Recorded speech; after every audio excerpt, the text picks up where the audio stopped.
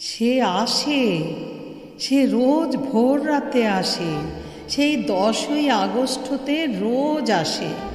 তার আত্মা আজও কাঁদছিল ভোর রাতে এসে। দরজায় দরজায় কড়া নাড়ে সে রোজ ভোর রাতে এসে।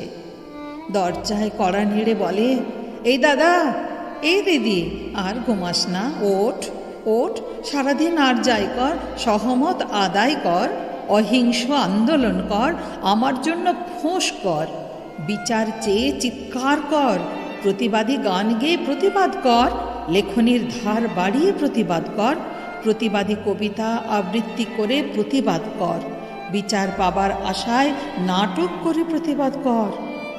তোর মেয়েও হচ্ছে বড়, খুন্তি ছেড়ে পথকে ঘর কর, দূর করতে ভয় অমানিসায় মশাল হাতে রাতকে জয় কর, রাত জয় করে ভোর রাতেরও ক্লান্তি দূর কর, যতই করুক চোখ কর কর। আমিও তো 9ই আগস্টের রাতকে করেছিলাম জয়।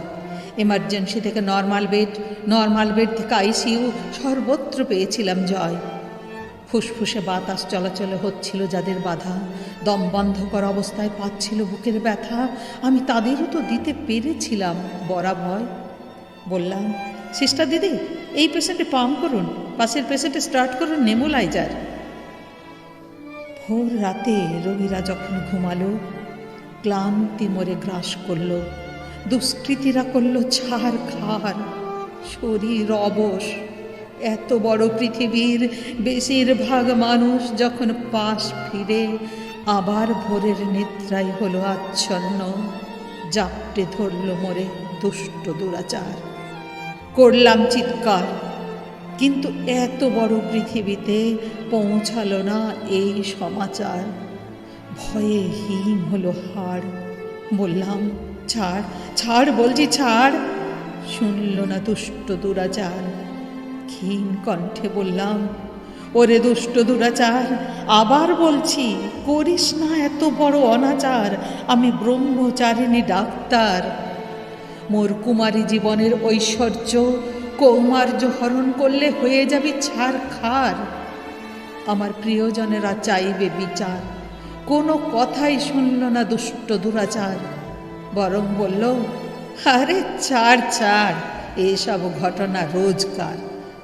প্রথম খুব হবে চিৎকার, সবাই চাইবে বিচার, তারপর পৃথিবী শান্ত হবে, তখন কে কার।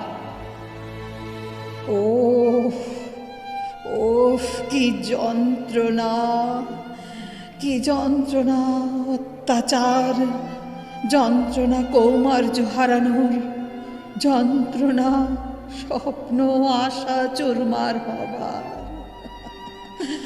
যন্ত্রণা ভেবে পিতামাতার আগামী হাহাকার। ও